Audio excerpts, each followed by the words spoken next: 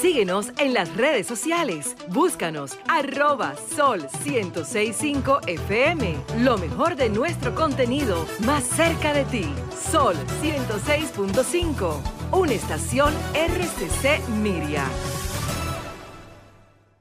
Bueno, señores, nada mejor que un sistema democrático para enfrentar el COVID, para enfrentar todos los problemas sociales, para seguir creciendo.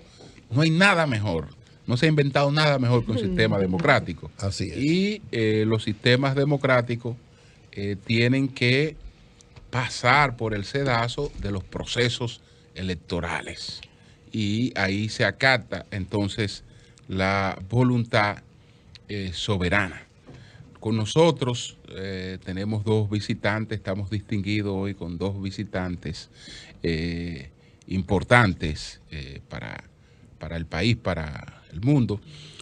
Don José Thompson es el director ejecutivo del Instituto Interamericano de los Derechos... De organismos electorales. Del Instituto Interamericano de Derechos Humanos. De Derechos Humanos. Y entonces es también está el magistrado Arturo Cabrera, presidente del Tribunal Contencioso Electoral del Ecuador. Ellos estuvieron aquí en la 15ª conferencia de la Unión Interamericana de Organismos Electorales, UNIORES, donde estuvieron examinando cuáles han sido los principales desafíos, los principales cuestionamientos de los procesos electorales en la región. Así es que quisiéramos que compartan con nosotros parte de esa experiencia, cuáles entienden ustedes que son aún las principales dificultades que tenemos para llevar a cabo estos procesos electorales. Y Julio, saludar también la presencia de Sueidi León, que es la directora de comunicaciones de la Junta Central Electoral, que con mucha condescendencia nos permitió que estos magistrados estén con nosotros aquí. Así es. Bueno, un gusto estar por acá. Realmente han sido días muy intensos, como ustedes comprenderán, porque la Unión Interamericana de Organismos Electorales es la asociación más grande que tenemos en las Américas. Estamos hablando de... ¿Cuántos integran? Estamos hablando de 31 organismos electorales desde Canadá hasta Chile, incluidos algunos del Caribe, de modo que... ¿Y está Estados Unidos también? Está Estados Unidos y vino Estados Unidos. Quien no vino en esta oportunidad fue Canadá por sus propias dinámicas, ¿no? Pero sí, estamos hablando de la asociación más grande de organismos electorales. Entonces nos sirvió para repasar dónde estamos, ¿no?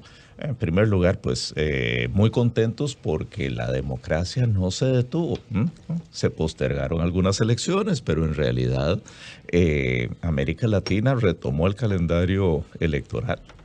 Y como nuestros temas electorales están en las constituciones, no podemos postergar indefinidamente elecciones por más COVID-19, por más restricciones que tuviéramos. Y un poco la conferencia de ayer es la primera que logramos celebrar en presencialidad desde que toda esta situación empezó. Bueno, en la región tenemos varios casos. Sí. A ver qué tratamiento tuvieron. Está el caso de Venezuela, que hay un proceso electoral pendiente en Venezuela, que se estaban unas conversaciones ahí entre oposición y el gobierno para llevar este proceso electoral. Tenemos el caso de Nicaragua, de la dinastía de los Ortega. Mañana son las elecciones. Y tenemos el caso cubano. De Cuba. Entonces, ¿qué tratamiento tuvieron estos casos en esta conferencia? Bueno, no les llamará la atención, pero ni Venezuela ni Nicaragua vinieron, ¿no? Me lo imaginaba. No lo imaginábamos. Cuba sí.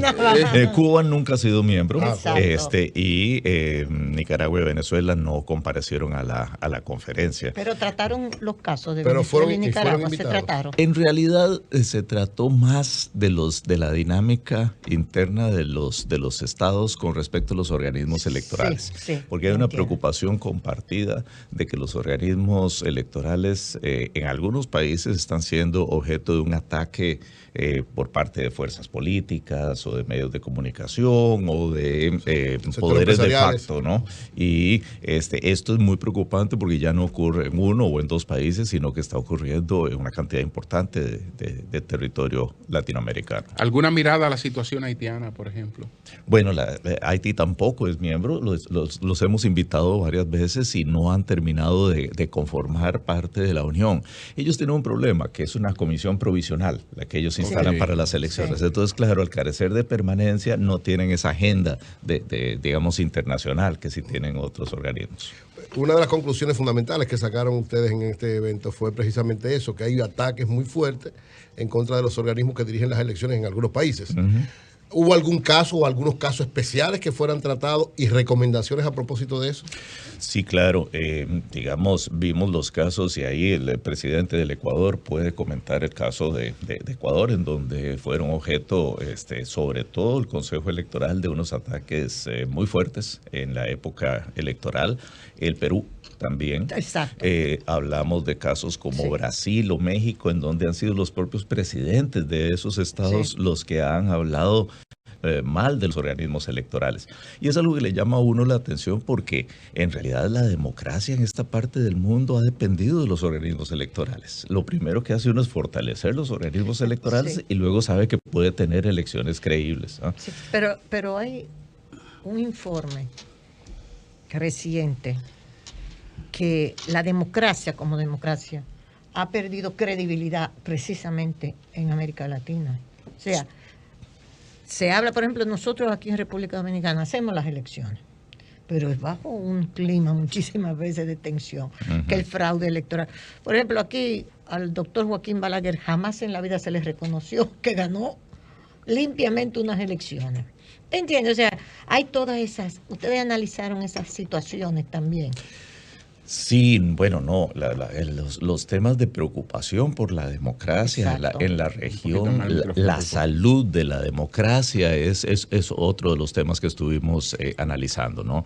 Y sí, los datos que usted comenta, el Latinobarómetro, por ejemplo, revela que la gente está un poco, digamos, desilusionada con la forma en que la democracia se comporta en la región. Pero el asunto es que no vamos a solucionar esos problemas de la democracia debilitando los organismos electorales. Al contrario, es decir, podemos terminar con una peor democracia todavía si no tenemos órganos en los que confiemos. Ustedes tienen acá pues dos órganos muy, muy sólidos, la Junta y el Tribunal, y lo cierto del caso es que ellos se empeñaron mucho en que esta actividad fuera presencial y volvernos a reunir a todos porque entienden que el valor del diálogo internacional, que este no es un tema nada más que se agota en el Estado. Me dice el doctor Jorge Zuncar, que es el encargado de Relaciones Internacionales de la Junta, que ayer aceptaron 2 nuevos miembros y ya son 34, y que la República Dominicana, ¿qué papel juega antes de que pasemos a Ecuador? Bueno, ayer aceptamos, digamos, la oficina del Contralor de Puerto Rico, y aceptamos también al Tribunal Superior de Justicia de Honduras. De modo que ya tenemos 30. Y hay unas elecciones difíciles ahora también en Honduras. Viene con unas elecciones muy complicadas en Honduras, ciertamente. Vamos entonces... Dominicana vicepresidenta, ¿qué papel juega Dominicana? Bueno, anfitriones y entonces son la presidencia. En este momento la presidencia la comparten la Junta y el Tribunal de acá de República Dominicana. Vamos entonces a conversar con el magistrado Cabrera, don Arturo Cabrera, que es presidente del Tribunal Contencioso Electoral del Ecuador. Eso sería una especie de... Hay 2 tribunales, hay uno contencioso y entonces está el administrativo, el que organiza las elecciones. Buenos días con todos. Sí. Buenos días. Un saludo cordial a todos los ciudadanos de la República Dominicana. El Ecuador tiene en el tema electoral una estructura similar a la de República Dominicana. Okay. En mi país la función electoral es considerada como tal, como función del Estado. Y tiene 2 órganos, el que se encarga de los temas administrativos operativos, que es el Consejo Nacional Electoral, cuya presidenta también vino, y el Tribunal Contencioso Electoral, que nos encargamos de ser los jueces de última instancia de todas las decisiones del Consejo, que son formal y materialmente electorales.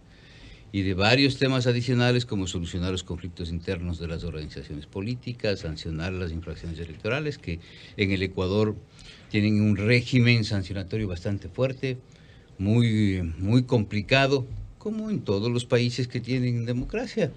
Los procesos son complejos precisamente porque el mayor porcentaje de un proceso de elección es el resultar no electo, es decir, perder. Sí. Pero a nadie le gusta la idea de A nadie le gusta Entonces, perder. resulta fácil un proceso de deslegitimación anticipado cuando uno calcula que no le van a dar ni las sábanas, ni las cobijas, ni las ilusiones, ni las promesas. Entonces es mejor encargar la mochila de las culpas y de los fracasos en las espaldas de otros, que por lo general suelen ser los servidores y las autoridades electorales. La democracia debería ser un proceso fácil. En esencia, la posibilidad de que todos los ciudadanos participen en condiciones de igualdad, sin límites, sin restricciones, sin tapujos. Y para hacerlo es facilito. Solo se debe inscribir, no sé si aquí me dijeron que al parecer son como 16 o 15 millones de electores. Deberíamos escribir 15 millones de nombres del padrón electoral. Aquí somos 11 millones de personas y uno alrededor de como 7, 8 millones. 7 millones de electores. Ya. Sí. Entonces deberíamos imprimir 8 millones de papelitos con el nombre de la persona, recortados igualitos, les ponemos en un coliseo gigante, mezclamos con un tractor y designamos a alguien que vaya y saque 150 nombres. Y ahí tienen ya la asamblea y todo lo que quieran, en condiciones de legítima igualdad, sin importar ni edad, ni sexo, ni organización política, ¿no es cierto? En esencia, pero todos sabemos que eso es imposible, sería inaudito. Así es. Entonces, para garantizar mejores términos, ¿qué hay que hacer? Hay que generar los organismos electorales que permitan darle un proceso adecuado, consecutivo, claro, lleno de etapas Creíble. preclusivas, con fases, que generan la credibilidad suficiente. Pero la democracia y su ejercicio no es cuestión solo de los servidores electorales. La democracia viene involucrando a muchísimos actores, a los gobiernos, sin importar la jurisdicción que tengan, porque los gobiernos tienen que garantizar los climas de paz para que las elecciones se realicen con tranquilidad. La ciudadanía, que tiene que estar absolutamente informada de sus derechos y de los procesos que implica las elecciones. Las organizaciones políticas, que tienen que asumir su responsabilidad en la creación de liderazgos, en la capacitación de sus miembros, de sus afiliados, en las proyecciones y cumplimiento de los requisitos que a veces son mínimos y que se pasan por alto. Pero también de los servidores electorales, que debemos cumplir nuestro trabajo con independencia, con transparencia, con credibilidad. El trabajo electoral no es para todas las personas. Los servidores electorales entregan muchísimo tiempo, sacrifican lo principal en un ser humano, que es la familia, la posibilidad de desarrollo personal y de la salud, porque son jornadas de entre 16 y 17 horas diarias durante periodos muy largos. Entonces, sí hay que entender que los servidores electorales nos capacitamos para enfrentar retos absolutamente grandes, porque las expectativas de un país, las necesidades de la nación están puestas en ese sistema, en la democracia, en el que nos permite desarrollar todos los derechos posibles, también cumplir con nuestras responsabilidades, pero en la realidad de que el diálogo, el consenso y la posibilidad de analizar los resultados con absoluta seriedad, sí es posible. Señor Cabrera, en el caso específico del organismo que usted preside en Ecuador, ¿quiénes y por qué lo cuestionaron tanto en este proceso que acaba de transcurrir? Los que perdieron. Miren, el proceso en el Siempre lo que Ecuador, pierden son los que cuestionan. los procesos en Latinoamérica suelen ser parecidos. Sí. En el Ecuador tenemos un panorama electoral constituido por muchas organizaciones políticas. Superamos un proceso de elección presidencial que resultó con la proclamación del señor Guillermo Lasso como presidente de la República, eso hace unos meses, pero en un año y medio, un poco más, vamos a tener las elecciones seccionales. Para esas elecciones en las que la función electoral ya está trabajando, hay una previsión de que participarán 300 organizaciones políticas y habrán 90.000 candidatos. 300. Entonces, imagínense ustedes la posibilidad de armar un proceso electoral con eso. O sea, piensen en una papeleta electoral que tenga prefectos, alcaldes, concejales y juntas parroquiales. Manejar esos instrumentos electorales es complicado. Canalizar la participación ciudadana es complicada. En el Ecuador, hacer partidos políticos no es difícil. Recoger las firmas para su legalización no es difícil. Tenemos un proceso determinado en la ley para extinguirlos también, si no logran los niveles de umbral ¿Cuánto es para el nivel? permanecer. El 4% de la votación para los partidos, 3% para los movimientos, pero tienen 4 oportunidades más. Es decir, si usted consigue 8 alcaldías, el 10% de concejales a nivel nacional en los gobiernos seccionales, o 3 asambleístas para la asamblea, esa organización política sigue subsistiendo. Entonces es así como, permitiendo la participación de todos, el Ecuador tiene 300 organizaciones políticas. Eso va a estar muy complicado. Doña Consuelo Wow. y de Polenchi. Al señor Cabrera, como Estados Unidos participó, que me asombra, porque ellos tienen un sistema electoral muy diferente a todos nosotros. Muy particular. Muy Sí, particular. El que usted está mirando es el señor Thompson. Sí. Ay, perdón. El que usted se cuadró ahí. El señor Thompson. Excúseme, que tenía la tarjeta del señor Cabrera. Sí. El expresidente Trump, dijo, fraude, que a él le habían hecho. A mí me encantó que lo dijera, porque como nosotros estamos tan acostumbrados en estos países, ¡ay, fraude! Parece un fraude! país de América Lo que Latina. usted dice, Un chin peor.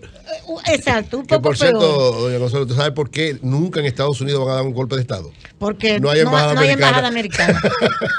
Ese es de la época de nosotros, De nosotros. de la izquierda de nosotros. Ayer tuve que el PSD, me lo recordaron. ¡Ay! Hablador. Sí, tuve que el PSD ayer, y Manolo eso Colón le mandó existe. saludos. ¿Y dónde Ajá. existe? Y eso existe. Bueno, Sí, adelante. Fuerza de la adelante. Pero existe Revolución. la fuerza del Continuamos. pueblo. Fuerza de la Revolución, cuidado, que ustedes le quitaron el nombre. Déjalo. No, pero no. Oh, se llama Fuerza así. de la Revolución, Es existía Fuerza de la primero que Fuerza del Revolución, Pueblo. se Dame llama. tranquilo, Señores, que tú sabes que yo continuamos aquí. disparo. Mira, me tienen terror. Yo misma me tengo miedo. Mira. Entonces, ¿qué planteó la delegación norteamericana? Se puede saber, o sea, porque uno se quedó con las dudas de si fue verdad. Yo era una partidaria de Trump en ese sentido, por una serie de planteamientos que el señor Trump tiene con respecto a su propio país. ¿Ellos dijeron algo con respecto a esto? Bueno, es que el tema del fraude es otro de los temas que surgió Sí. en la conferencia. Se ha puesto de moda empezar a hablar de fraude desde antes de que se hagan las elecciones. Y entonces, si yo gano, no hubo fraude, pero Sí. si pierdo es porque hubo fraude. Exacto. ¿Ah? Entonces, esto ya lo estamos viendo en varios países. Lo vimos en Estados Unidos, era la primera vez que se hacía un cuestionamiento de ese Esa tipo. naturaleza. Nunca se aportaron ninguna prueba, como en la mayor parte de América Latina, cuando se denuncia fraude, tampoco aparece ninguna prueba, ni se explica en qué consistió el fraude. Sí, Es una sí. palabra vacía, ¿ah? Efectista. O sea, la gente le llega, Claro. pero si uno no aporta ninguna prueba, y eso está dañando también a los organismos electorales, porque los deja en medio, ¿no? En medio de las fuerzas políticas, supuestamente como cómplices de un fraude que no ocurre. Y lo cierto del caso es que sí, hubo preocupaciones sobre la salud de la democracia. Estamos preocupados en el seno de Uniore porque hay regresiones abiertas en América Latina. Y estamos preocupados también por la facilidad con la que se habla de fraude, Sí. no se comprueba nada y se deja, sin embargo, un velo de sospecha sobre el proceso electoral. Pero hay otro velo de sospecha que yo creo, magistrado. Por ejemplo, la selección de las personas que van a integrar estas instituciones electorales. Muchas veces son favoritismos políticos o servicios que se le han brindado a determinadas organizaciones políticas. Por ejemplo, aquí se dio un caso. No, déjelo así, doña Consuelo. Lo dejo ahí. Déjelo así. Sí. Perdón. Yo quisiera, Favoritismo político Que nosotros, para que no- noso- o que sea, nosotros, que no- que nosotros como nacionalistas no criticamos delante de extranjeros a nuestro Está país. bien. Sí, démoslo. me llevo, parece me bien, llevo, pero, me llevo, me llevo. pero creo que es indispensable Gracias, establecer que la democracia requiere en sus análisis procesos de sinceramiento. Las autoridades electorales no debemos tener ni miedo ni recelos para hablar del fraude. Yo lo hago en el Ecuador siempre, porque antes de la convocatoria ya sale la idea del fraude. Y cuando se hace la convocatoria, hay una acción concertada de muchos sectores que dicen, no, es que hay fraude. Pero a ver, ¿cómo se hace el fraude? En el Ecuador, no sé si aquí, se afirma que los muertos votan. Sí. Aquí hubo una época donde se decían también. A ver, yo solo les planteo una realidad que es absolutamente lógica. Los padrones electorales, en los ciclos electorales, en los calendarios electorales, son de las etapas que primero se tratan y cierran. Es decir, en el Ecuador vamos a tener elecciones en el año 2023, en febrero del 2023. En este año que viene, en el 2022, máximo en abril, estaremos cerrando el padrón electoral. Eso significa que tenemos mayo, junio, julio, agosto, septiembre, octubre, noviembre, diciembre y enero. 9 meses. En el Ecuador mueren generalmente sin COVID 6,000 personas al mes. Eso significa que en el padrón en el que usted va a votar en el Ecuador en febrero del 2023 van a haber 50,000 muertos. Y no puedo hacer nada, porque yo ya cerré el padrón. O sea, que están en el padrón. Ellos están en el padrón y están muertos por una razón técnica. Tengo que cerrar el padrón en una fecha determinada. Pero eso, ¿implica que haya fraude? No. Implica que en el Ecuador hubo un terremoto recién, en el que murieron muchísimas personas. En una comunidad costera del Ecuador hubieron como cerca de 1,000 muertos, en un solo lugar específico donde fue el epicentro. Esos 1,000 muertos que constan en el padrón, que no van a votar, no constituyen fraude. Lo único que hacen es incrementar el nivel de ausentismo. Lógico, porque no fueron a votar. Pero eso no constituye fraude. En el Ecuador se dice, no, pero es que hay como poner puntas en los anillos, puntas de esferográficos en los anillos para ir a rayar las papeletas y hacer el fraude. Miren, en el Ecuador hay reglas claras de cómo tiene que estar rayada una papeleta para que sea considerada que fue anulada por una rayita o por una frase que se escribió. Se dicen un montón de cosas que se dejan participar a quienes no deberían participar. A ver. Ahí hay que regresar a ver a la responsabilidad de las organizaciones políticas. Y permítanme ponerles un ejemplo que pasa en mi país. Y yo hago esa comparación con mucho respeto, pero creo que hay que verla. Esto es como la clasificación de un equipo para un campeonato barrial de fútbol. Entonces la comunidad se organiza, forman el equipo, deciden los colores del uniforme, escogen a su técnico, están haciendo entrenar a sus jugadores y van avanzando y van clasificando. Pero cuando les toca jugar la final, el día anterior, por el éxito del equipo, entrenador y jugadores se van de farra. Y al otro día, al día de las elecciones, llegan a jugar 7 en vez de llegar a 11. Entonces en el Ecuador pasa eso, porque usted crea el partido, se reúne con la gente, hace los estatutos, define el ideario del partido, pone todo chévere.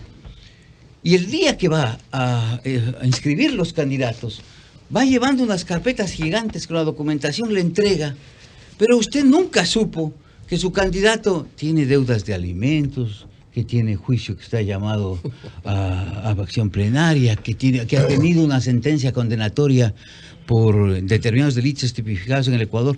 Sí, tuvo sentencia condenatoria hace 10 años, sí, pero la tuvo. Y si fue condenatoria en esos delitos, no puede ser candidato. ¿Qué es lo que deberían hacer las organizaciones políticas? Si vamos a escoger de los 8 que estamos aquí a 3 para candidatos, por lo menos tenemos que saber esas cosas. Claro. Si no las hacen, entonces, ¿cómo puede participar este señor que es escandalosamente visible por sus antecedentes? Sí, pero ¿tiene sentencias de esos delitos? No, entonces. ¿Y claro, la presunción de inocencia? ¿Y el derecho constitucional a la reivindicación y a la rehabilitación? Entonces, no, ahí dicen, no, ¿cómo me va a ganar a mí este tipo? Pero sí tuvo más votos. Los organismos electorales no estamos ni para hacer que un 1 se haga 4 o que un 3 se haga un 8. Los organismos electorales estamos para garantizar que la voluntad popular que se expresa en las urnas sea la legítima. Y yo sí quiero decir que hay criterios que no pueden ser generalizados, porque la generalización es el mejor refugio de los corruptos. la independencia, la transparencia de los La generalización miembros, es el mejor refugio de los corruptos. desde luego. Wow. Desde luego, si usted dice, no, todos los servicios, todos los Claro. servidores electorales son rateros, son vagos, verdad. está generalizando. Que todas las autoridades electorales se deben a Como sus dijo uno partidos. aquí ayer, Que ningún todos los político diputados sirve. son O sea, unos bandidos. que los empresarios no sirven. Todos los Entonces, diputados son unos bandidos. Mire, Ya. el ejercicio de la transparencia, el ejercicio de la independencia, el ejercicio de la honestidad en la toma de decisiones de un cargo público pasa por cada persona y solo se requiere una palabra, no. ¿Cómo no? Que compadre, mire, yo tengo un casito, no. Pero vea, es que el partido que le puso a usted ahí está interesado, no. O sea, si las personas, los funcionarios no tenemos esa capacidad, tenemos que pensar en que nuestro destino es otro. Los jueces no podemos creer que somos operadores políticos. No podemos, no somos operadores políticos. Lenchi. Sí, muy buenos días. Le tengo dos preguntitas. Encantado. Una, bueno, no importa Sí, sí. para ambos, ¿no? A los dos. Sí, una es el tema de la elección, la forma, el método de elección de las autoridades electorales en América Latina. Varía de país en país. ¿Ustedes qué debilidades ven? Diríamos que los procesos han revelado, ¿verdad? Las debilidades que han revelado esos procesos. Me gustaría que ustedes, la verdad, nos digan a nosotros en ese sentido ¿qué conclusión tienen acerca de eso? O sea, las debilidades en los procesos de elección. Vamos a aprovechar para que Y la segunda pregunta es, el tema de República Dominicana, las elecciones del año 2020 que fueron suspendidas, ¿han sido tocadas por ustedes? ¿Qué impresión le generó esto? ¿Y qué relación tiene todo esto con el voto electrónico, su visión respecto al mismo? Yo quisiera contestar la primera para que Joseph intente la segunda. Personalmente creo que los controlados no deben estar en los órganos de control. Esa es mi visión. ¿No deben estar? En los órganos de O control. sea, los políticos no deben estar. Claro. A ver, no, la actividad política es legítima. Los choferes no pueden estar en una agencia nacional de tránsito como vocales. No diga eso aquí Los en el país. organismos- No diga eso aquí en el Ay, país. Aquí tenemos el jefe de tránsito. El jefe de tránsito. En la misma línea, En el Intran. las organizaciones políticas no pueden nombrar sus delegados para que los controlen. Porque si usted tiene 7, o como en el Ecuador, 300, y solo tiene capacidad de poner a 5, hay 295 organizaciones políticas que no tienen representación. Claro. Es así de fácil. Y el momento de definición de candidaturas, uno podría creer que la balanza se va a inclinar hacia tal o cual lado. Yo soy un convencido de que los controlados no tienen que estar en el órgano de control. En el Ecuador, los procesos de selección se hacen a través de concursos de oposición y méritos con veeduría ciudadana y control social. Toman más de un año los procesos de selección, puede candidatizarse cualquier persona que cumpla con los requisitos. En el caso de los jueces del tribunal, necesitamos cumplir los mismos requisitos para los jueces de la Corte Suprema Nacional de Justicia o para la Corte Constitucional. Se nos hace un examen de méritos bastante riguroso. En ese examen de méritos y antes de rendir la oposición se presentan todas las impugnaciones que sean necesarias por toda la ciudadanía. Sus hojas de vida están publicadas y pueden revisarlo todo. ¿Qué ha pasado en esto? Lamentablemente en el gobierno anterior, o un poquito más antes, parte de las irregularidades que se han visto es que las instituciones estatales pueden convertirse en fábricas de hojas de vida. Es decir, me interesa promocionarle a tal o cual persona y necesito 30 certificados de haber dado cursos sobre derechos en cualquier parte del país y esos certificados aparecen. Pero también el tiempo nos ha dado la experiencia para ya darles el tratamiento adecuado y saber facilito, es facilito. En el Ecuador se presentaron certificados hace varios concursos de hace muchos años, con hojas membretadas en donde estaba el certificado y en la parte de abajo constaban los números celulares. Y los números celulares, por decirle, en el Ecuador ahora tienen 10 dígitos, pero hace 8 años tenían 9 y aparecen certificados en hojas membretadas de instituciones, firmando los dirigentes de hace 8 o 10 años con celulares de 10 dígitos. Ya es facilito, ¿no es cierto? No es tan tan complicado. Pero creo que rinde mejor efectos de control sobre las personas. Porque ahora la tecnología nos permite en un minuto consultar si usted tiene procesos judiciales, si está siendo objeto de alguna medida cautelar, si tiene alguno de los impedimentos, o si es familia de alguien que está participando como miembros de las comisiones ciudadanas para eso. Entonces, las dos alternativas han traído problemas. Creo que la mejor solución que están adoptando los organismos electorales es no permitir que una institución sea el juez de sus propios actos. En el Ecuador sucedía eso. Teníamos un Tribunal Supremo Electoral delegado y nominado por la Asamblea entre las 7 fuerzas políticas que mejor votación tuvieron. Ellos tomaban su resolución y cuando tenían que recibir reclamos, lo resolvían ellos mismos. Entonces eso no garantiza absolutamente nada. Esa fue la parte de las razones por las que en el Ecuador se decidió crear los dos organismos. Hasta ahora nos ha ido bien. Es obligación constitucional el coordinar los temas de las elecciones. Lo importante son los intereses de la nación. Pero como tribunal no hemos tenido ningún reparo en juzgar las acciones del Consejo Nacional Electoral, pero asimismo no tenemos ningún óbice en sentarnos a conversar para planificar un calendario electoral que nos dé serenidad, comodidad en el trabajo de las autoridades electorales, pero que también a la ciudadanía le permite ejercer todos sus derechos. Entonces nos queda lo de, sí, nos queda lo de las elecciones de aquí. Las elecciones de aquí. Entonces, para que venga aquí. Vengo encantado. Adelante. Varias veces. Pero lo van a echar de menos en el Ecuador. Lo van a echar de menos en el Ecuador. No, permítame nada más un par de reflexiones. La primera sobre la primera pregunta, ¿no? En América, en general, hay diferentes sistemas para seleccionar a las autoridades electorales. Algunos pasan por la Corte Suprema, otros son designados por el Senado, otros son designados por un concurso de méritos.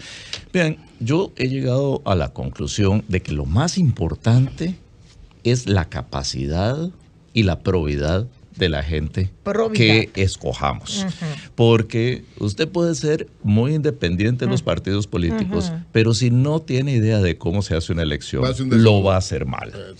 Lo va a hacer mal. Y si usted no es probo, pues seguramente va a tener muchas tentaciones y seguramente cederá a muchas de ellas. Entonces, por eso yo digo, lo más importante son las condiciones personales. Y ahí es donde tiene que haber una gran responsabilidad de la clase política y de las instituciones en buscar los mejores. Entonces nos queda la segunda pregunta. Lo de las elecciones de aquí de febrero. Yo estuve aquí. Ah, ¿usted estuvo aquí? Yo estuve. O sea, ¿usted vio cuando la suspendieron? Sí. Es la primera vez en alrededor de 100 elecciones que he observado que una elección se suspende cuando ya estaba en curso. Nunca nos había pasado. Nunca nos había pasado. Sentamos precedentes. Y creo que es la única vez en América Latina también para elecciones municipales. Pero es que aquí amenazaron con quemar la Junta Central Electoral, por si usted no lo sabe. Bueno, nosotros sabemos que hubo... Él estaba aquí. ¿Verdad? Yo estaba aquí. Que amenazó con quemar la Junta Central Electoral. Dicho sea de paso, está ahora en la Junta Central Electoral. Adelante. En todo caso. Lo dije. Es increíble lo que va a decir. Es increíble lo que sucedió, porque lo que sucedió es que se cambió el sistema que ya se había aprobado para las elecciones primarias. Se cambió la forma en que se cargaron los datos en las máquinas y hubo un error de control de calidad, o sea, nadie revisó después que se hubieran cargado bien las máquinas. Entonces, ¿qué pasó? Que algunas cargaron el 100% de la papeleta, estaban bien, otras cargaron el 60% de la papeleta y por supuesto así no se podía votar porque había la mitad de la papeleta por fuera. Pero no me diga eso ahora, eso sucedió. Eso fue lo que dijo el informe. Eso sucedió. No, pero una persona de fuera. Y el algoritmo. En su casa. Y el algoritmo. No, el indio. El algoritmo. Pero ya él dijo que no habían sido supervisadas adecuadamente. Que no hubo control de calidad. Entonces, bueno, Jonathan, pero antes, señor Alonso, ¿usted de dónde es? Yo soy de Costa Rica. Bien. Unión, la Unión de Organismos Electorales de América Latina. Saludos a Román Jaques, el presidente de la Junta Central Electoral. Por el tatuaje ahí donde tú estás. ¿A dónde? Perdón. Por Román Jaques. Adelante. Es verdad, uno tiene que ser paciente e intolerante para no llevar las cosas a nivel personal. Bueno, ya ustedes saben la dinámica, ¿no? ¿Te imaginas que yo me ponga a hacer comentarios personales de todo? Me sacan al instante. Adelante, Jonathan. Entonces, dejando a un lado ese nefasto comentario de... Pero es por Marcha Verde. Por Marcha Verde, mi hermano. Ese imprudente comentario de doña Consuelo. Adelante, Jonathan. Bien, doña Consuelo. El dinero en América Latina, ustedes manejan datos de todo el continente. Cada vez en nuestro país, tener dinero es el factor más preponderante para acceder a la candidatura y para participar en las elecciones. Los narcos. ¿Cómo ustedes ven ese fenómeno en América Latina y qué se podría hacer para que los ciudadanos participen con un mayor nivel de igualdad y puedan acceder también y ejercer su derecho de elegir y ser elegidos sin tener que competir con multimillonarios que de alguna manera capturan las candidaturas? Okay. Bueno, pero yo creo que también ahí hemos evolucionado, ¿no? Ya tenemos presidentes en América Latina que no hicieron una campaña tradicional, no necesitaron esa cantidad de dinero. Banqueros sí, porque, bueno, hay banqueros en Ecuador, pero por ejemplo el presidente del Salvador no hizo una campaña tradicional, la hizo exclusivamente en redes sociales, en WhatsApp. Eso cuesta muchísimo dinero y es multimillonario, dueño de medios de comunicación. No, pero lo que quiero decir... Es de la familia más rica del Salvador, justamente el del Salvador. Es un multimillonario. Es un error pensar que uno tiene que ser multimillonario para ser exitoso en política. Eso no necesariamente sucede así. Y es muy importante porque además hay muchos países en América Latina que aporta el Estado dineros importantes para que los partidos puedan funcionar. Entonces, aquí por ejemplo, quisiera yo aclarar eso, si me permite. Adelante. Desde la visión del Ecuador. Adelante. Los medios sociales, las redes sociales alteraron el comportamiento electoral en el mundo. Uh-huh. Yo soy funcionario electoral desde hace muchísimos años en el Ecuador.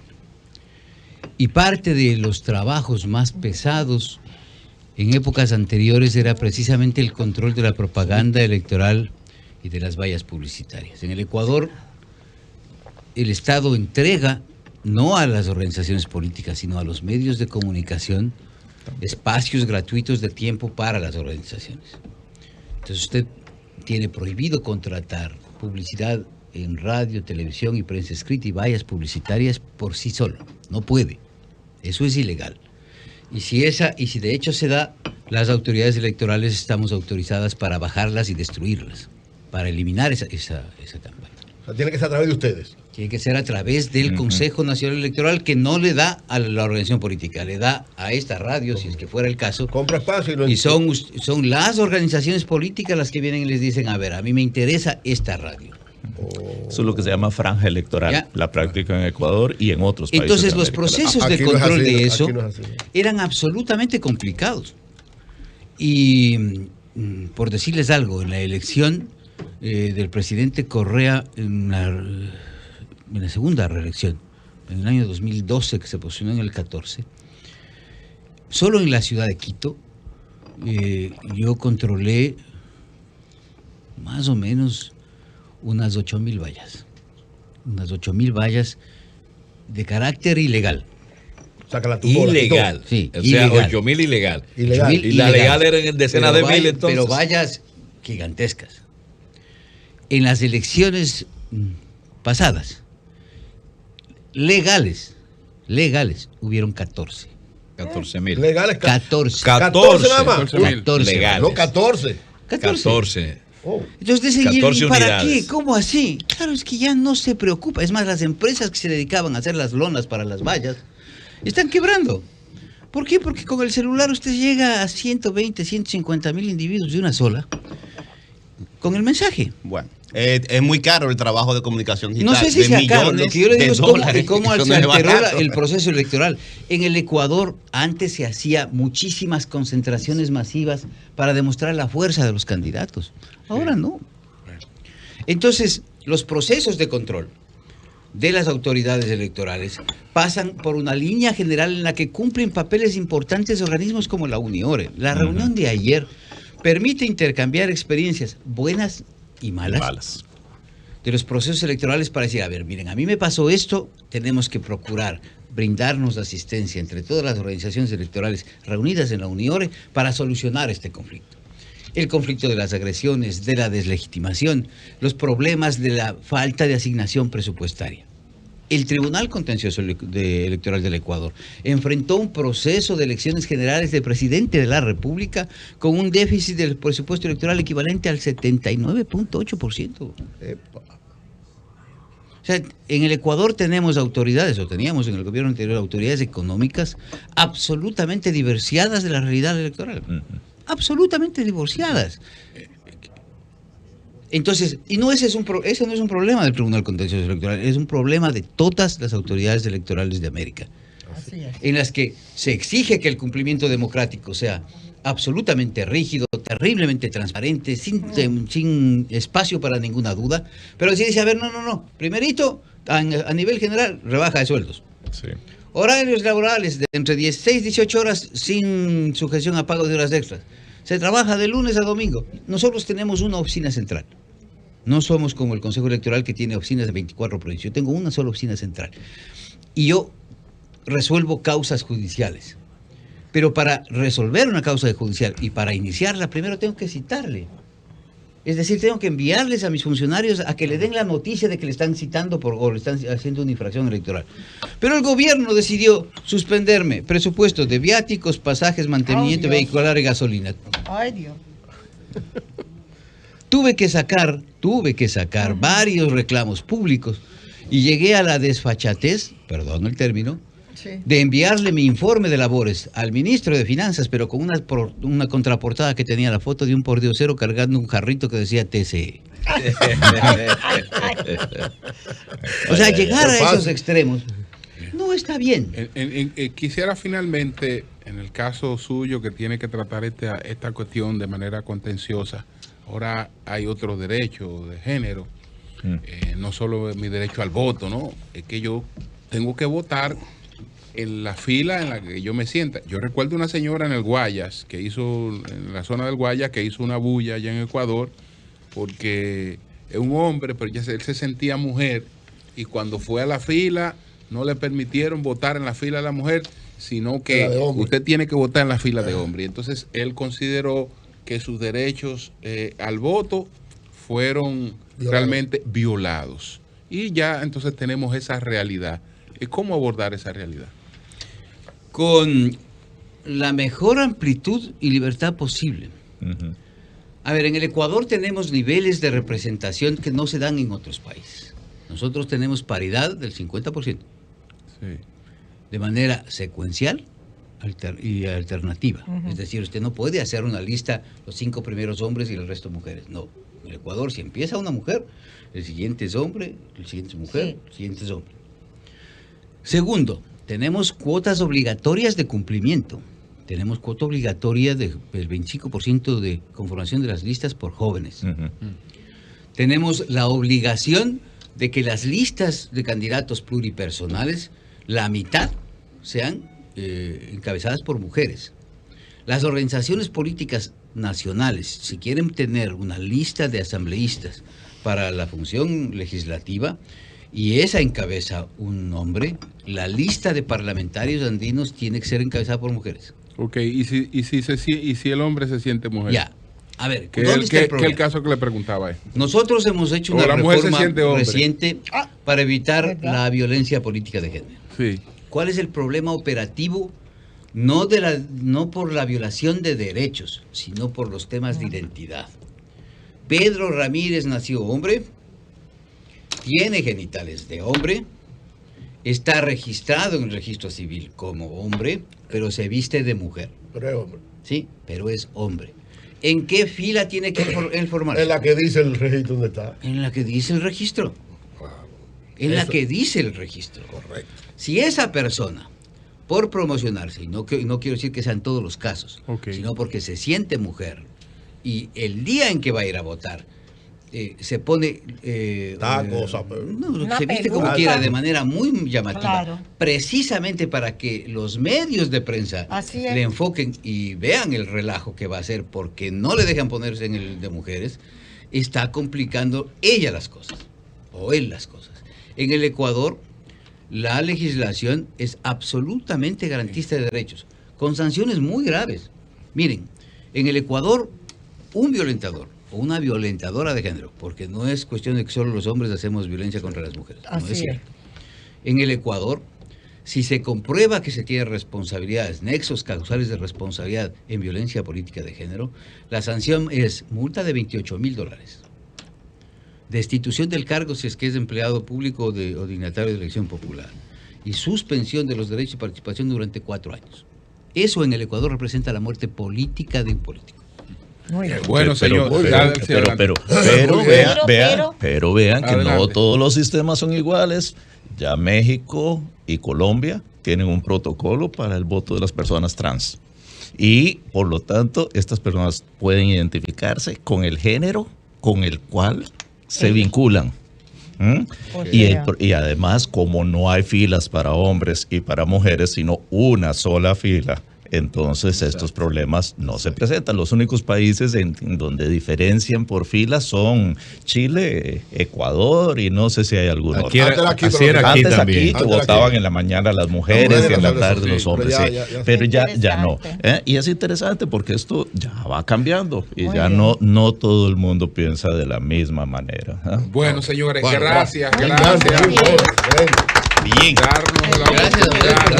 Gracias. Un gusto conversar con ustedes. De este intercambio. Brillante, gracias a don José Thompson y gracias al magistrado Arturo Cabrera, ambos que estuvieron participando en esta 15ª conferencia de la Unión Interamericana de Organismos Electorales, UNIORES, aquí en la República Dominicana. Gracias. Así que muchas gracias. Solo si me permiten 30 segundos para... Adelante. Ustedes tienen un organismo electoral como la Junta, que está a punto de cumplir 100 años. Yo quisiera tener un organismo con esa historia. En el Ecuador, desde el retorno a la democracia, hemos tenido 40 años de vicisitudes. El Tribunal Contencioso Electoral es una instancia orgánica electoral que tiene 12 años. Y hemos hecho todo lo posible por garantizar derechos de participación. Pero creo que la mirada hacia instituciones como la Junta Central Electoral de República Dominicana es obligatoria para todos aquellos que hacemos elecciones. Los referentes que han tenido durante toda esta época son de primera. O sea, la participación de los magistrados que presiden tanto la Junta como el Tribunal son de una expectativa para el resto de organizaciones electorales de ejemplo. O sea, no por nada son los actuales copresidentes de la UNIORE, un organismo no Román gubernamental. Jaque, copresidente de la UNIORE. Claro. Sí, claro. Conjuntamente con Ignacio Camacho del Tribunal.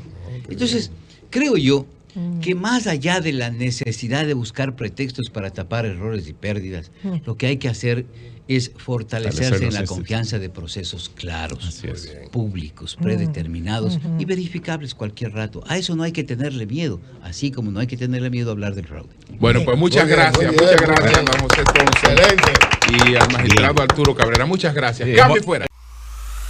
Sol 106.5, con la mayor variedad de contenido, información, entretenimiento e interacción en una sola estación. Cobertura total, disponible para ti en la radio y en las plataformas digitales. Somos Sol 106.5, la más interactiva.